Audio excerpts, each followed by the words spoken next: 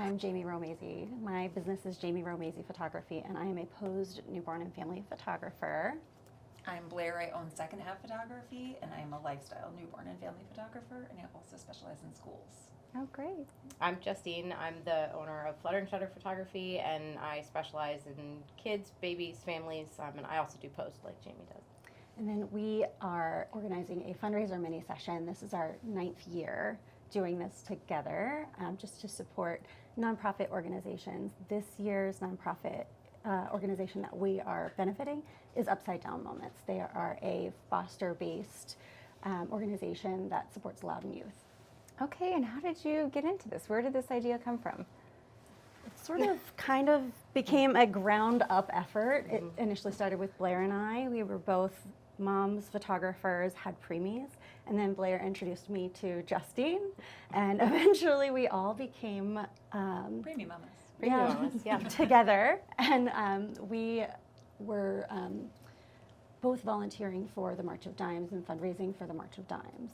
So we said, how can we make our fundraising efforts bigger? And we worked together. We made our very first fundraiser mini session. It started just Blaire and I, and then it grew for a few years to the 3 of us.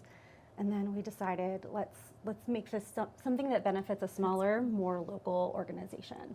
And from there, it's been just 9 years in the making. How did that first one go? What do you Great. think? Yeah. I think it went great. I mean, we started it, we called them Hug a Preemie mini sessions. So we were really kind of marketing toward, or gearing them toward other preemie parents that were also doing their own fundraising for the March of Dimes. And so we all kind of had that shared common goal of fundraising for them. And fundraising for them. Yeah, So tell me a little bit how it works. So people come in, they do a mini session with you guys. Tell me a little bit about the process and how it works. Sure. So first, our clients become donors, and donors become clients, basically. They make a donation to the nonprofit.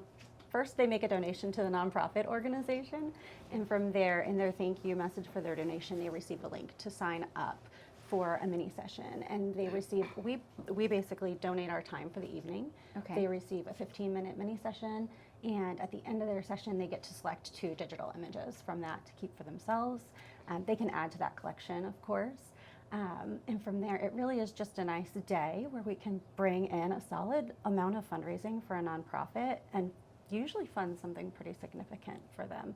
Last year, I think Shady's Paws told us that it contributed toward a vehicle for one of their, it was the animal efforts, Yeah, right? they have a like a small bus that they can transport cats and kittens in. They just have all the crates in the bus. Excuse me, and that way they can go around to different events and different people can come and see and adopt cats, and so that's what our fundraiser last year went to help raise money That's great. for. And are you guys picking different fundraisers each year? Tell me a little bit about the history of which ones you've been able to help and which ones you are maybe looking at going forward. So first it was March of Dimes, and then we had for a few years. So March of Dimes 6 for a few years. And 5 then, years. yeah, March of Dimes for a few years, and then we pivoted to a fundraiser mini session benefiting Mobile Hope.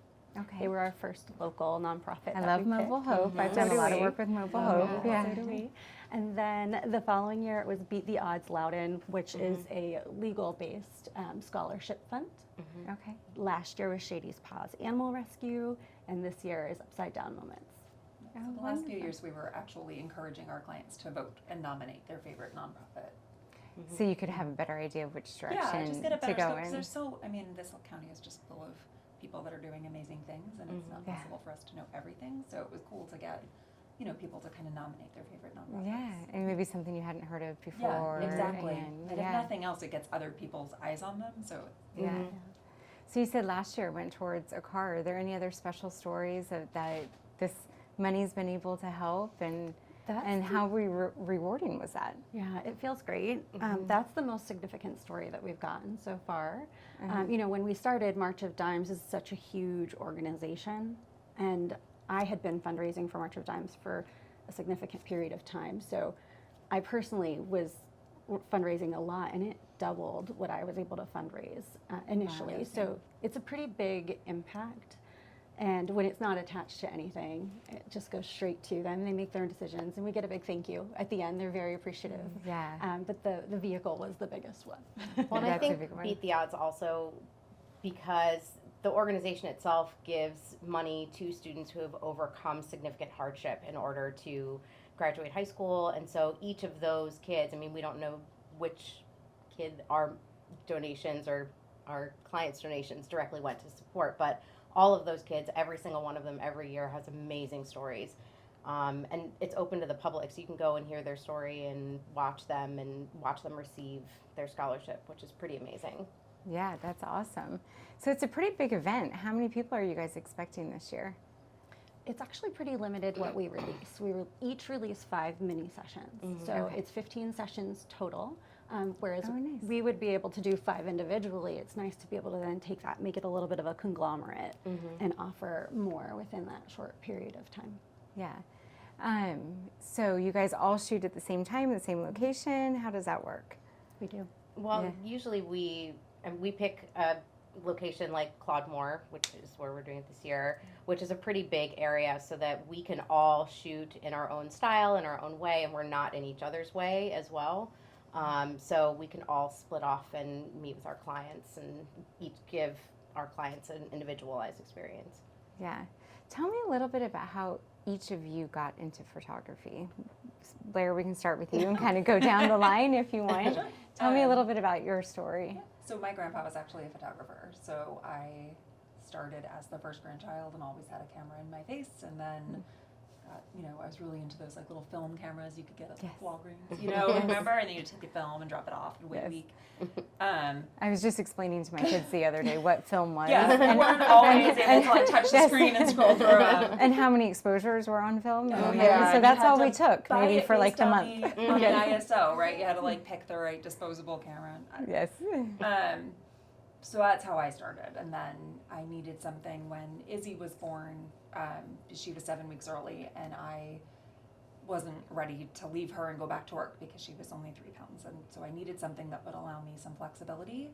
And I was kind of just taking her picture, and then it started like with neighbors asking me to take their pictures, and then it just kind of snowballed. And by the time I had my second daughter, I had a legitimate business, kind of just working part-time. And now that they're older, I work full-time. Yeah, that's Yeah. great. And how about you? So interestingly enough, it must have been the rise of the real big camcorders with the VHS. I was always on camera, but our medium was video, and my family and my grandfather was always in my face. And when he was With the done- video camera. yes, this big old camcorder on his shoulder. They're not those tiny things anymore. They were not those tiny things then, I should say. But I knew he was done taking my video because he would go fading out. And then he would hit the fade effect and turn it off. So that's like our catchphrase in our family. So I always wanted to work in TV. And I actually was in video yearbook in high school. I went to college to work in TV. So I started my career in media production and news, and then moved to project management. And along the way, I grew my family. And when my son was born, he was born at 35 weeks, but I was hospitalized for 3 months of his pregnancy. Oh, wow. Yeah, and then he was in the NICU for a month. So when he came home, it was tough to go back to work, but I did. I worked full-time for 2 years, and then it just became really evident that balance was tough. Yeah. And one thing with him being a preemie that I wasn't able to do for him was newborn photos. And sometimes we like to provide for others what we can't have for ourselves. So that's pretty much Sure. exactly what I did. My niche is very much post-newborn photography, working with young families, capturing those first few moments sometimes. Sure. And all of us work with the newborns, right? Yeah. So sometimes we're the first people to meet other people's babies and Oh, get those that's so family photos special. together. Yeah. So I just really love the way that it's grown, but Yeah. Is it still shocking when you see them? How you're like, oh, I just forget how small these little ones Absolutely. I had a newborn session the other day, and they let me hold him, and I was like, "Oh, I'm done working. I'm I'm just anybody gonna needs sit me, I'll just here." be here holding this baby." yes.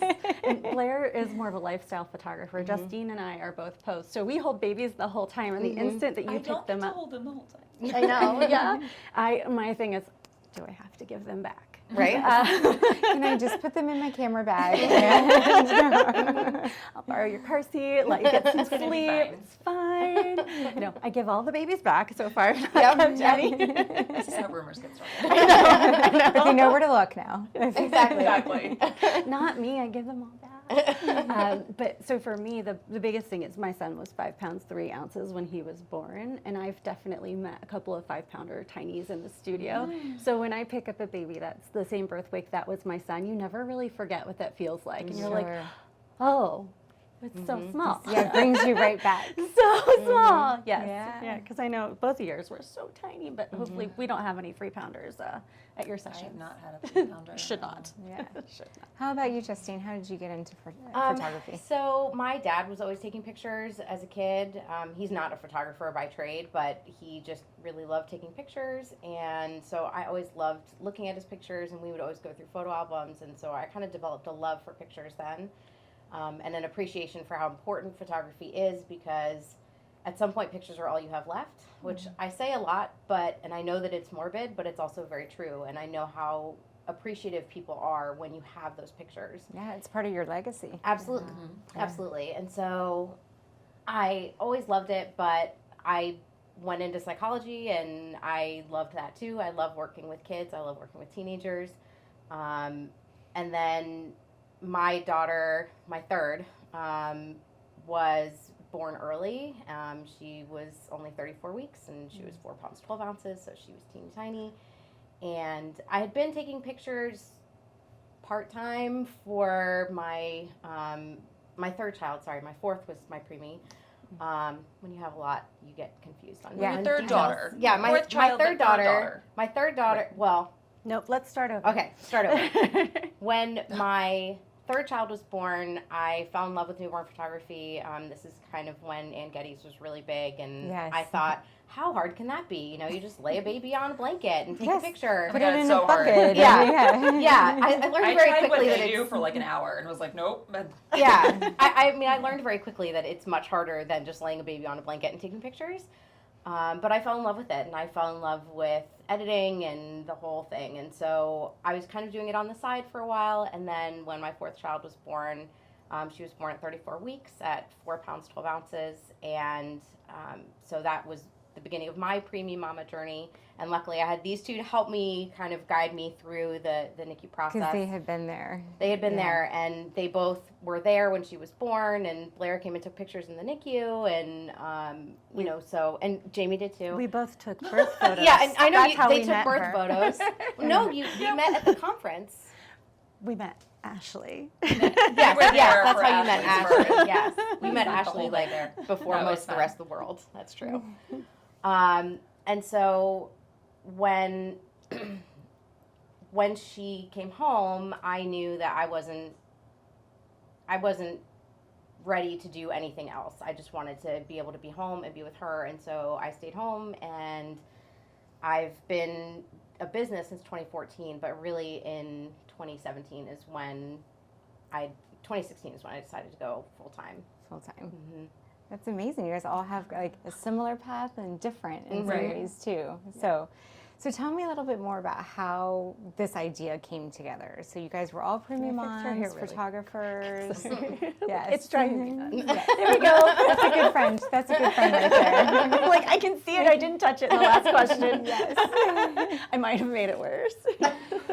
So who was the one that kind of like initiated this idea for this fundraiser?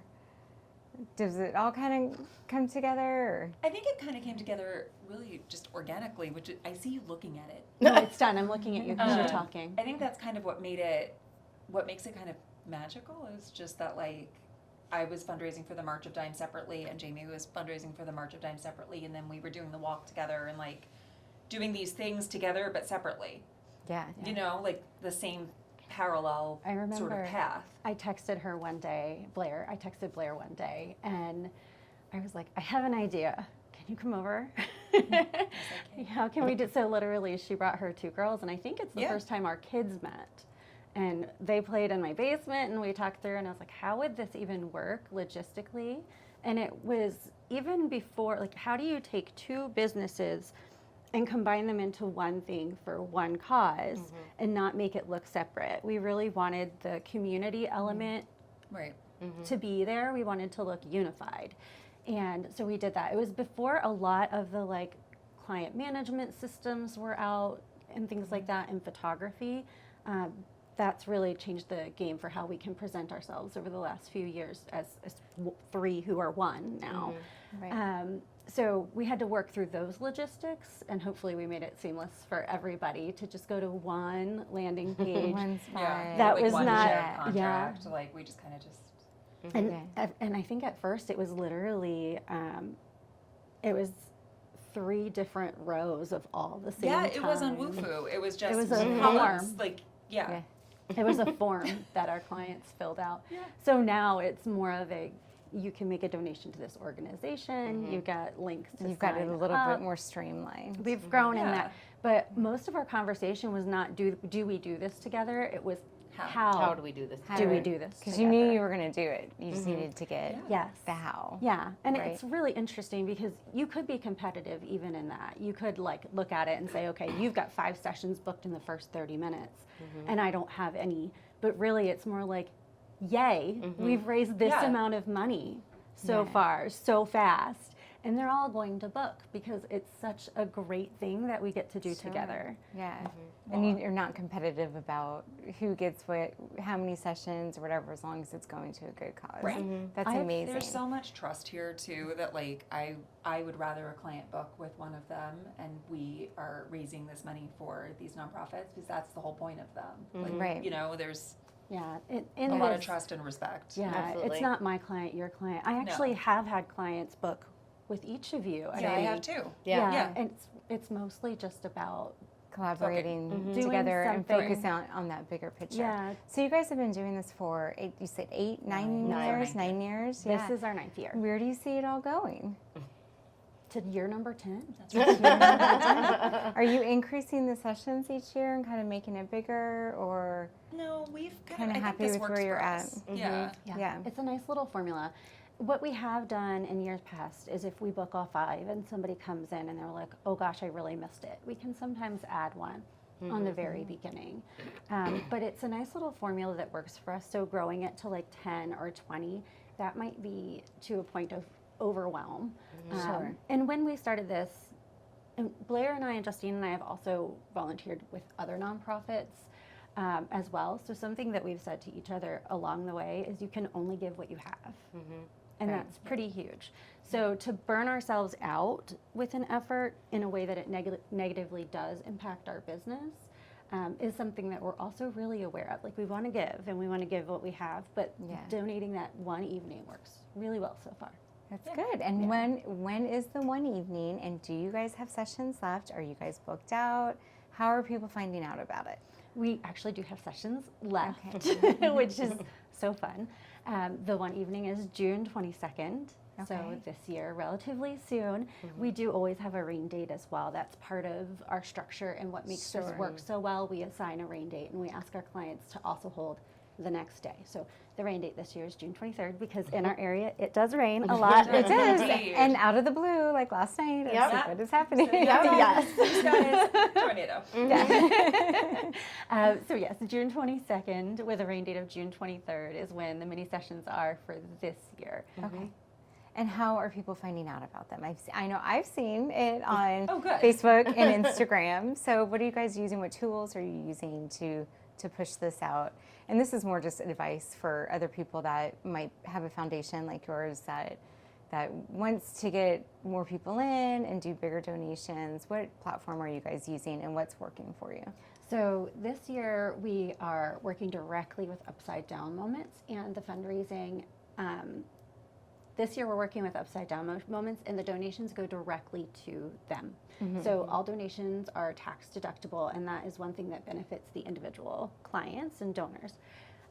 From there, we all use our own booking platforms, which keeps it within our business and keeps it nice and streamlined. For marketing, we are all marketing on Facebook and Instagram. Okay. And then same for Upside Down Moments, they market on their own platforms as well. So that kind of amplifies what we're doing in a different way. And then we all definitely use our newsletters to get the word out to our clients. And then we share in Facebook groups and things like that as well. And Yeah. folks are really like interested. And word of mouth too. is Yeah, really word of big. mouth. asking people big. to share the post, like, even if you can't come or, you know, whatever, Yeah. like just giving it a quick share so that someone else sees it and might. Mhm. I mean, it's Focus graduation season. People have Yeah, family bring in it to town, here, so bring it's the cap like- and gown. Yeah, or like, hey, the grandparents are in Oh, town. absolutely. Let's knock out your family photos. Yep, So, absolutely. yeah, because I know we have a lot of family coming. Yeah, I bet you have a graduating senior. Yeah. Exactly. So as we wrap up here, do you guys have any words of advice, maybe a mantra that you guys live by as a group? I mean, your communication is so well with each other, and it seems like you're very honest and respect each other's personalities. Is there any words of advice you'd like to leave us with for someone that might be trying to do the same collaboration with other business owners? I think one of the sayings that is not our saying specifically, but it's something that we have said a lot over the years is we kind of, I feel like the three of us definitely are the definition of community over competition, Yes. because we would rather work together and have it be successful than fight with each other and have it be a competition, because that's not how to run a successful business, number one. And number two, life is so much better when you have people who you can go to and talk to and bounce ideas off of and work with, and people that you trust. So I think that's probably like the main Yeah. thread of the three of us, is that Yeah. we definitely go with community over competition. Yeah, we're all solopreneurs, and sometimes that can be pretty isolating. Mhm. So it's nice to have some camaraderie within somebody that you trust. But a long time ago, when I was in college, I sold insurance, and it's one of those markets that can kind of be saturated, just like photography. And the owner of the agency at the time had a policy that if somebody called and said they were coming from another agency and they were upset with that agent, he would then call the agent and say, hey, heads up, got a client. I wanted to let you know so that you can retain this business. Oh, And I learned a lot from that. He didn't necessarily know that person at all. So I've taken that myself, and I feel like that applies really well here. And I appreciate these guys so That's much, and you can't find that everywhere, right? No, Like, it's not forced at all. It's Yeah. very Yeah. natural. Like I can see that our it's Facebook very chat natural. goes from something with parenting to momming to something happened at yoga to something with business to back to parenting to yoga. Like it's like ping pong ball, but and it's very fluid and very natural. And it's not, I don't think we even really think about it. Well, I can didn't see think about that and I can feel that. So thank you all for coming in today. Thank you for sharing your story, and best of luck on your big event. Thank you so much. Thanks You're for having us. welcome. I having hope it's a us. huge success. Me too. Yeah. Thank you. You're welcome.